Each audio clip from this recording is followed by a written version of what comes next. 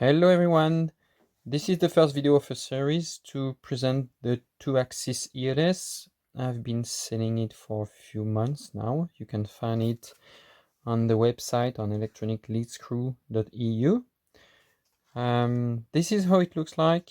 You have the 4 inches screen, 4 buttons on the top, you have 4 buttons on the bottom, and an arrow here to control. On the back you have all the connectors. This is for the power feed. It takes from 9 volts to 48 volts. It's a DC, so you can use your stepper driver power feed if you want, or you can use a separate one. This is the X-axis of the driver. This is where you plug, this is the driver. This is where you plug the pulse, direction, and enable. Just need to bridge all the minus to all of them, and it goes to the ground there.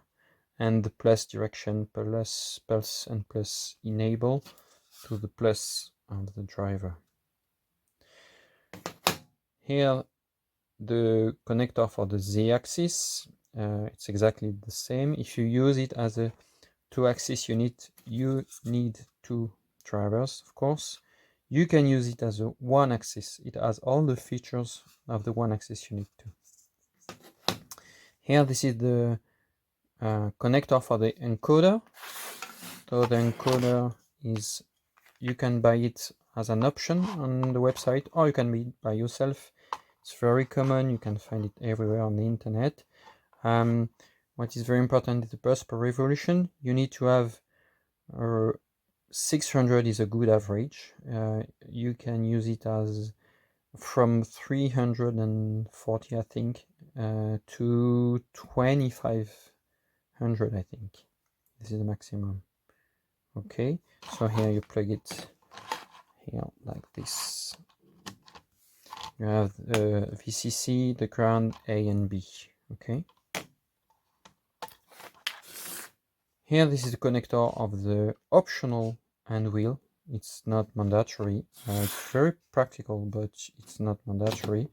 So the hand wheel is something like this. You can buy it as an option on the website too, or you can buy it on the internet. It's very easy to find. It's very common too. This is a 60 millimeters hand wheel. You can find 80 millimeters hand wheel.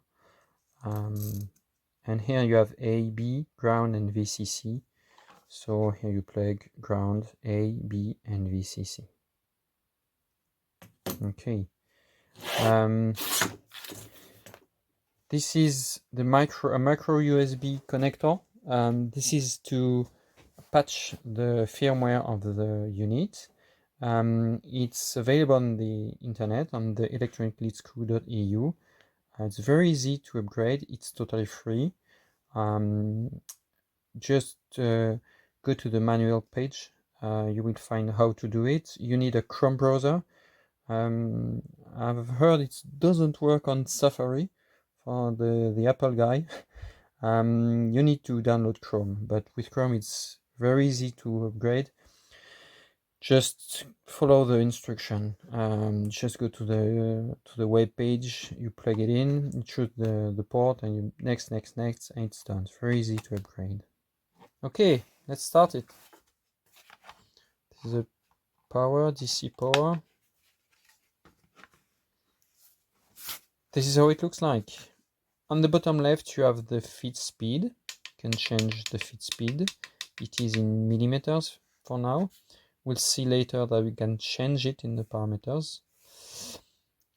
On the bottom right, you have the DRO, but be careful, it's not the same DRO as the one you can be used if you have one on your lathe. It doesn't have any sensor, so it doesn't know where your tool is, but it knows how many pulses it sends to the driver. So as soon as you don't disengage the Z, or if you don't lose any steps, the DRO is okay, but it doesn't replace your true DRO on your lathe. Okay, if you press on X here, it disables the X. If you press again, you can change the DRO, you can set it, and you can reset it. Okay.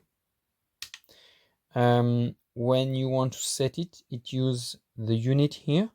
Unit here is 0.10 millimeters, and if you want to change it, just press in the middle of the row.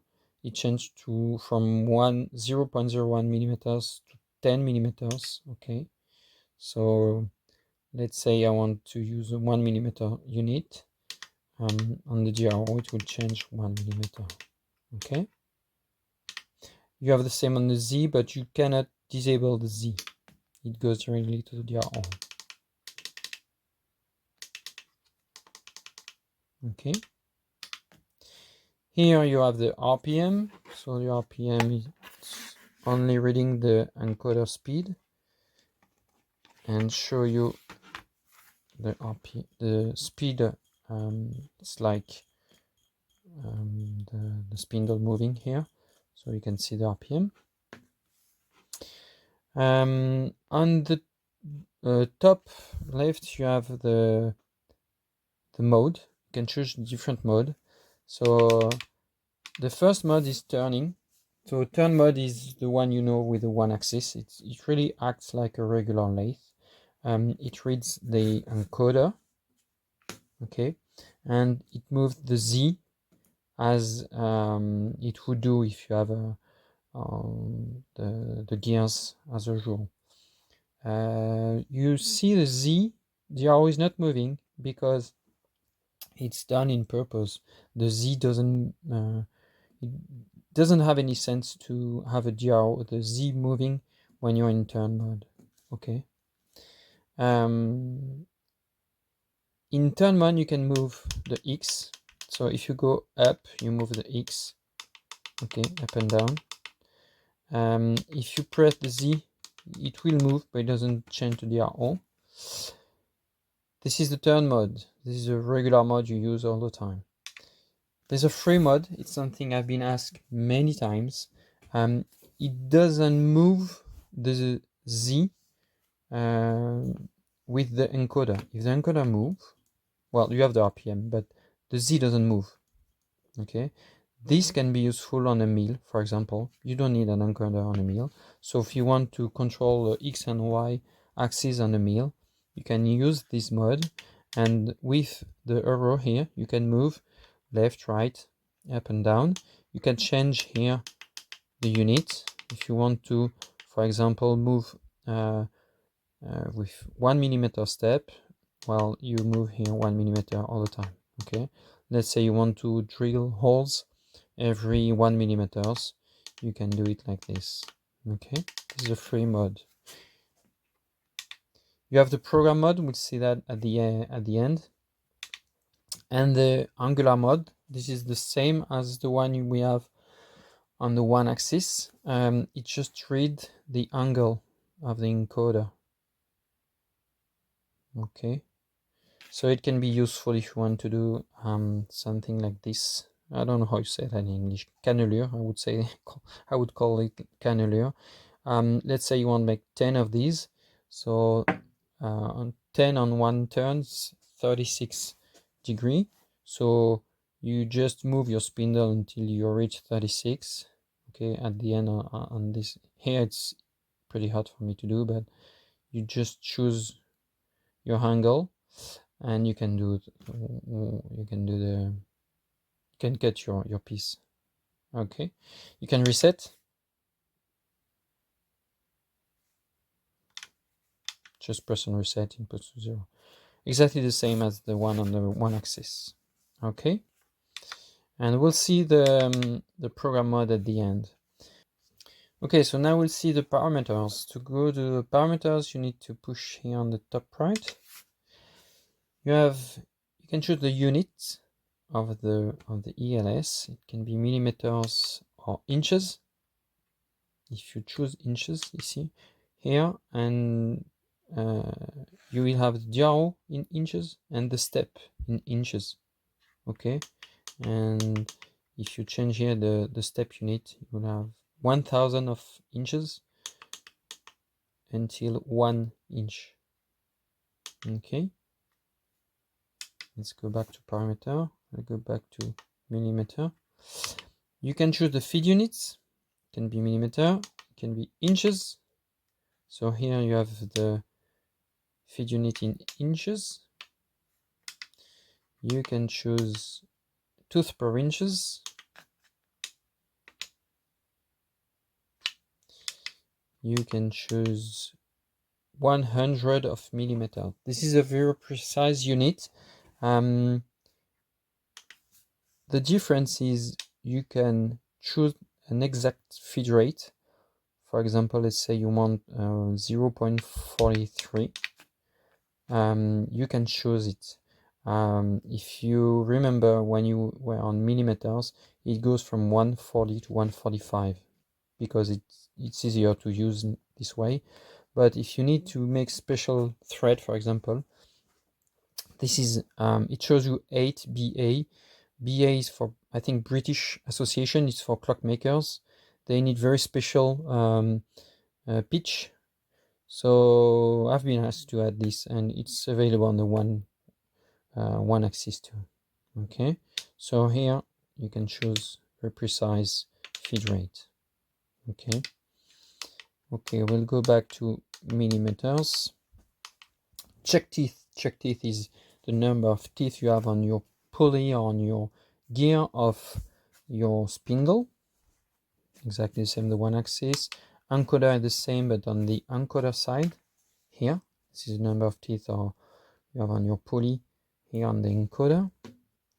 Encoder step is the pulse per revolution of the encoder you use. My advice is to use a 600. If you buy it on my website, it's a 600. This is a good average.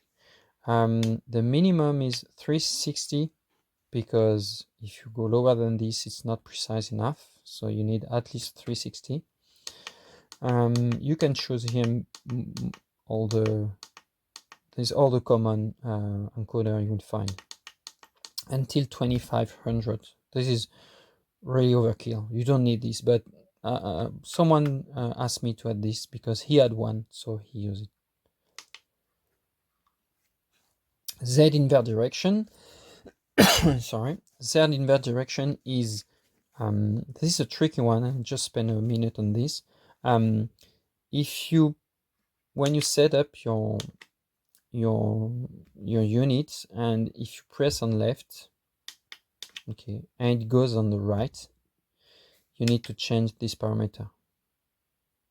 You change this parameter, okay, and then when you press on left, it goes on left, and you press on right, it goes on right.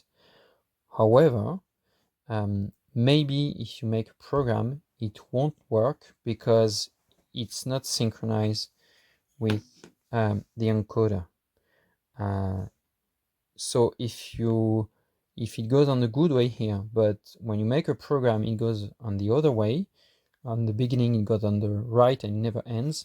That means you need to change here the A and B cable. You need to invert them to invert the signal of the encoder.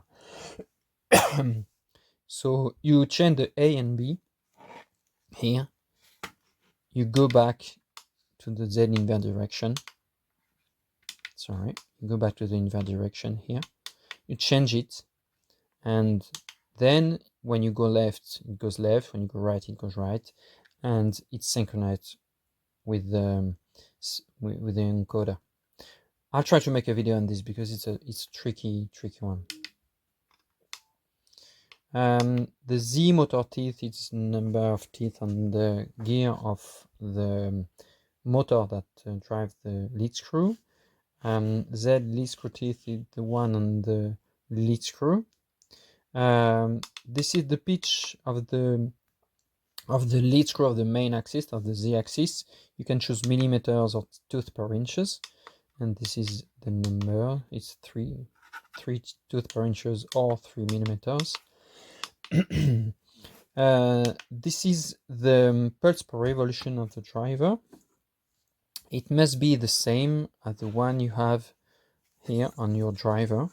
For the one who doesn't know how it works, here you have a few switches, generally 4 switches, and when you want to set a pulse per revolution on your driver, let's say 1600, it tells you to put the switches 5 on off, 6 on off, 7 on, 8 on, for example. So here you go up and down on the switches like this. Okay. Here on is on the bottom on the when it's down, and off when it's up. Okay, so you need to set this up. 16 is a good average if you don't know. It's the number to go. 16 is good. You can go up to 6400 on my unit. My device is 1600, and here you choose. It must be, of course, exactly the same. Okay. The X invert direction is when you press up, it must go up. Okay. When you press down, it must go down. Okay.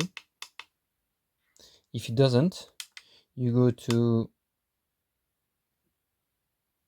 the X invert direction and you click on and you choose yes here.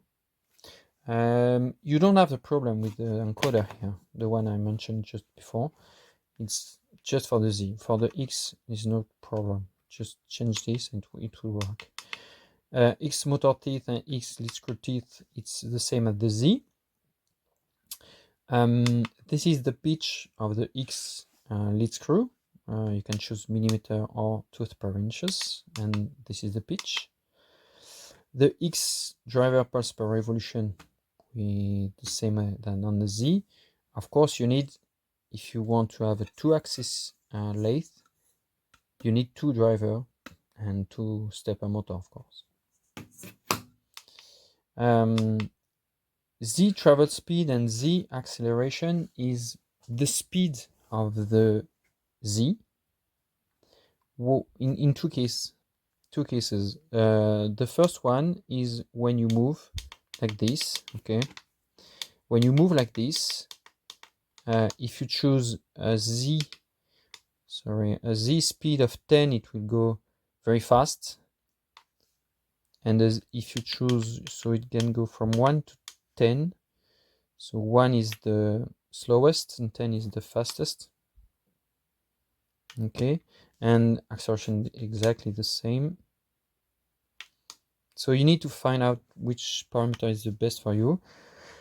I would say the fastest is the better, but maybe 10 won't work on your lathe because it depends on your setup, on the torque of your stepper motor. So you need to play with this to find which parameter is the best for you. This is the Z backlash.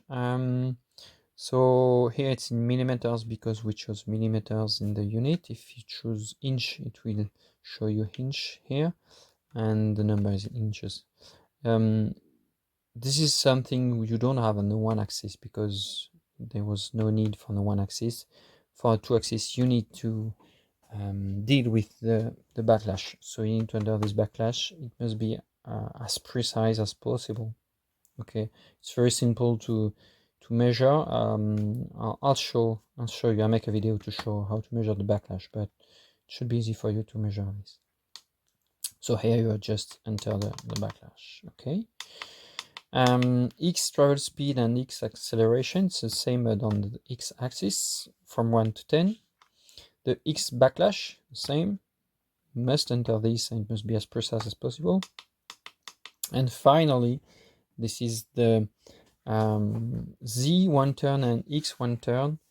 It concerns the hand wheel. The hand wheel, they have 100 of step. Okay. Here I put it to 0. So this is 1, 2, 10, 1, 2, 3, 4, 5, until 100. So here, if we have Z 1 turn to 1, that means that one complete turn is 1 millimeters. And if you're in inches, it's 1 inches. Okay. It might be very slow, so you can change it. You can go to 10 goes from 1 to 10. So if you go to 10 here, that means it goes 10 times faster. That means one complete turn is 10 millimeters. So 10 is 1 millimeters, and one step is 0.1 millimeters.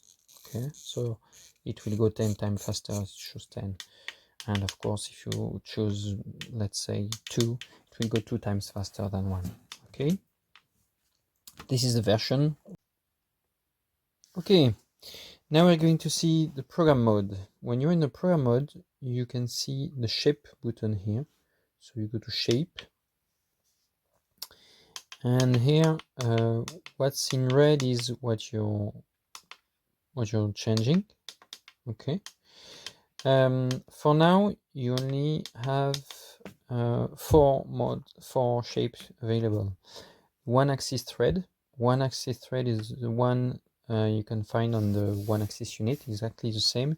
You only have the length of the thread, the pitch with the feed, and the feed unit. Okay, if you click on left or right, you can change the shape you want. The turn mode is turning, very simple. The L is the length of the turn. Depth of cut is the depth of cut of every passes. The number of pass, the depth of cut of the final pass. The total cut is just the depth of cut multiplied by the number of passes plus the finite passes. Okay, it's just calculated automatically. The feed speed and the feed unit, and you have a chamfer here. Here you can set a chamfer that will be done at the end of the process, when all the passes are done. Sorry. Chamfer is in millimeters. It's a 45-degree taper. It's usually what you do when at the end of the turn you just make a little chamfer so it doesn't cut. So here, for example, it's a 1 millimeter taper at 45 degree. Okay.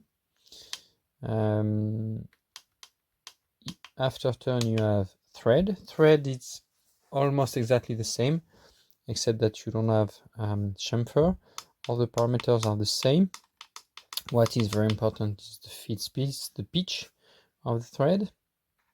All the rest is the same as the turn mode. And finally you have the taper. So L is the length of the taper, D1 is the diameter on the right, D2 is the diameter on the left. The angle is calculated automatically here. The depth of cut of every passes, number of passes, the depth of cut of the final passes.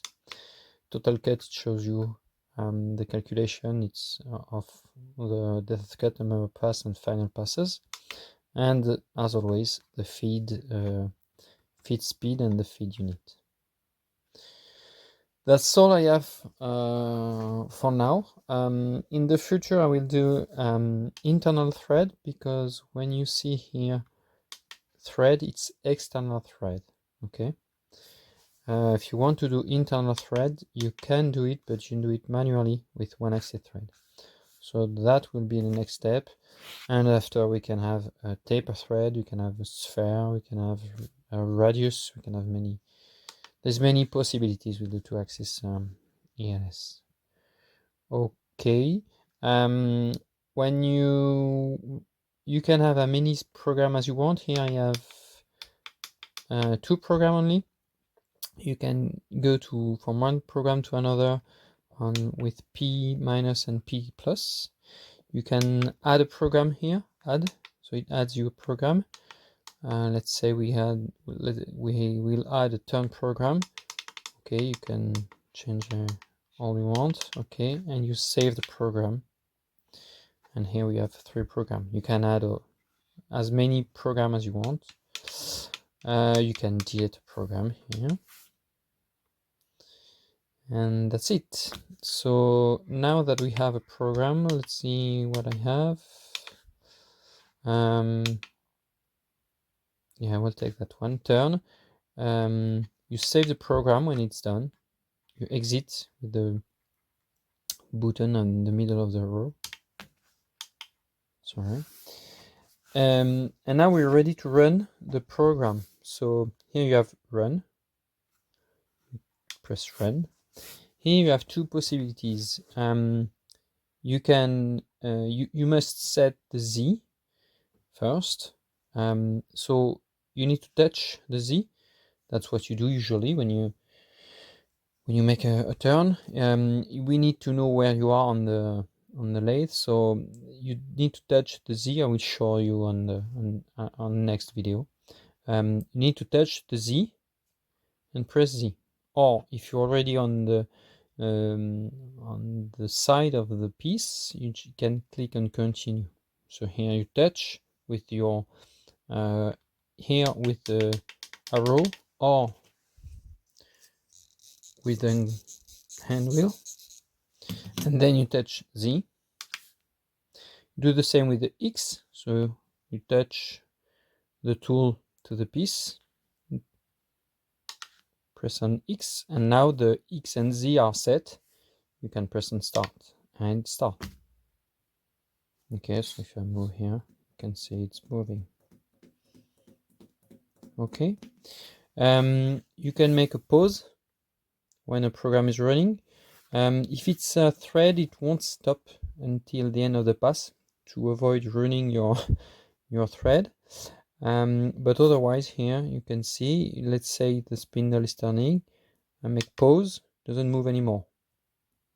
Let's say you want to do something, I don't know, but you can make a pause and you can resume and start again. And if you want, you can stop the program. Okay.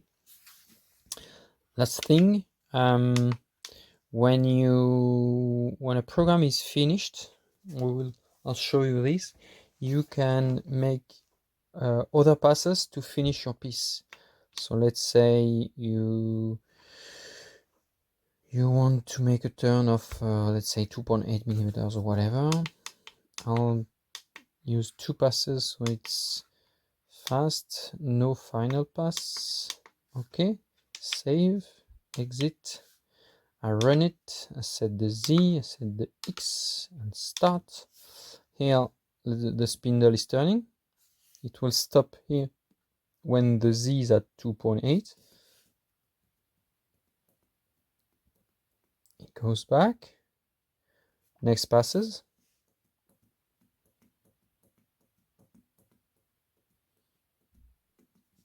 And the program is over.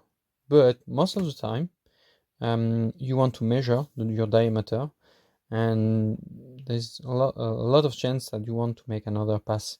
So here you change the depth of cut with the arrow, okay, or you can leave it as it was, and you make another one. Just you click on one more, and it does exactly the same. This is very important for the thread because most of the time we go step by step, and many times you miss a little. You want to test it with you test it at each passes. So you test it, it doesn't fit, you go on one more, it will thread, make one more pass for threading, and until it's okay for you. Okay, so one more is a little turn, thread, or taper too. And when your piece is over, exit.